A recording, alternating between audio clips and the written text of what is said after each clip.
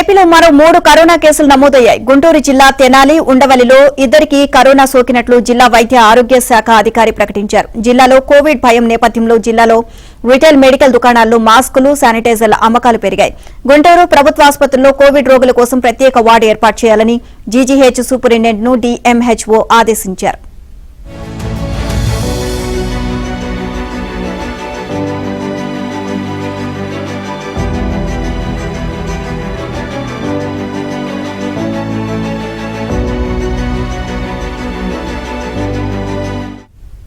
అటు విజయవాడలో తొలి కరోనా కేసు నమోదైంది. ప్రభుత్వ ఆసుపత్రిలో పనిచేస్తున్న మహిళా హౌస్ సర్జన్లు కరోనా లక్షణాలు బయటపడ్డాయి. జార్ఖండ్కు చెందిన ఆమె సిద్ధార్థ వైద్య కళాశాలలో మైక్రోబయాలజీ చదివి ప్రస్తుతం అక్కడే హౌస్ సర్జన్ గా పనిచేస్తూ హాస్టల్లో ఉంటోంది. కొద్ది రోజుల క్రితం ఆమె జార్ఖండ్ వెళ్లి 27వ తేదీ రాత్రి విజయవాడకు వచ్చింది.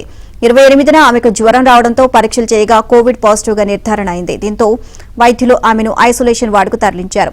నిన్న ఆమెకు మళ్లీ పరీక్ష చేయగా నెగిటివ్ వచ్చిందని వైద్యులు సూచించారు.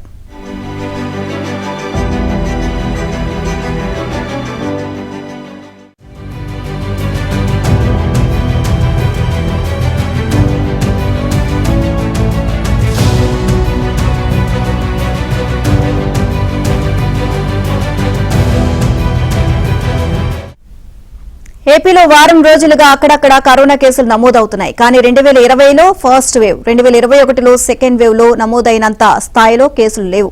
ప్రస్తుతం కోవిడ్ నిర్ధారణ పరీక్షలు చేయించుకుంటున్న వారిలో 5 నుంచి 7% మాత్రమే పాజిటివ్ గా తేలుతున్నాయి.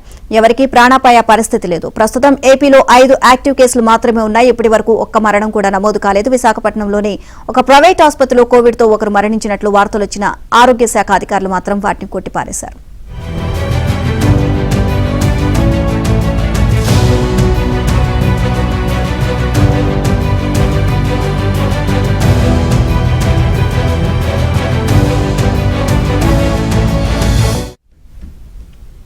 ప్రస్తుతం నమోదవుతున్న కేసులో తీవ్రత అంతగా ఉండడం లేదు. పైగా పాజిటివ్ గా నిర్ధారణ అయిన 4-5 రోజుల్లోనే బాధితులు కోలుకుంటున్నారు. ఇప్పటి వరకు నమోదైన కేసులో జ్వరం, జలుబు, గొంతు నొప్పి, ఒళ్లు నొప్పులు వంటి లక్షణాలు మాత్రమే కనిపిస్తున్నాయి. జ్వరం తీవ్రంగా ఉన్నవారు మాత్రం కాస్త ఇబ్బంది పడుతున్నారు. అయితే గతంలో మాదిరిగా ఆక్సిజన్ లెవెల్స్ పడిపోవడం, ఆయాసం, తీవ్రంగా నీరసించిపోవడం వంటి లక్షణాలు లేవు. దీంతో వైద్యులు ఎక్కువ మందికి మందులిచ్చి పంపించి వేస్తున్నారు. జ్వరం ఎక్కువగా ఉన్నవారిని మాత్రం 24 గంటల పర్యవేక్షణలో ఉంచుతున్నారు. అంతే తప్ప ఆసుపత్రిలో చేరాల్సిన అవసరం రావడం లేదు. అలా అని నిర్లక్ష్యంగా ఉండడం సరికాదు అని వైద్యులు చెబుతున్నారు.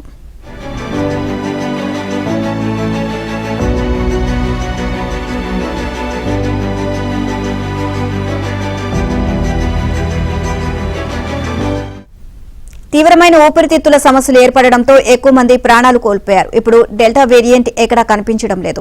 ప్రస్తుతం ఒమైక్రాన్ వేరియంట్ మాత్రమే కనిపిస్తుంది. దీనివల్ల స్వల్ప జ్వరం, జలుబు, దగ్గు వంటి లక్షణాలతో కేసులు నమోదవుతున్నాయి.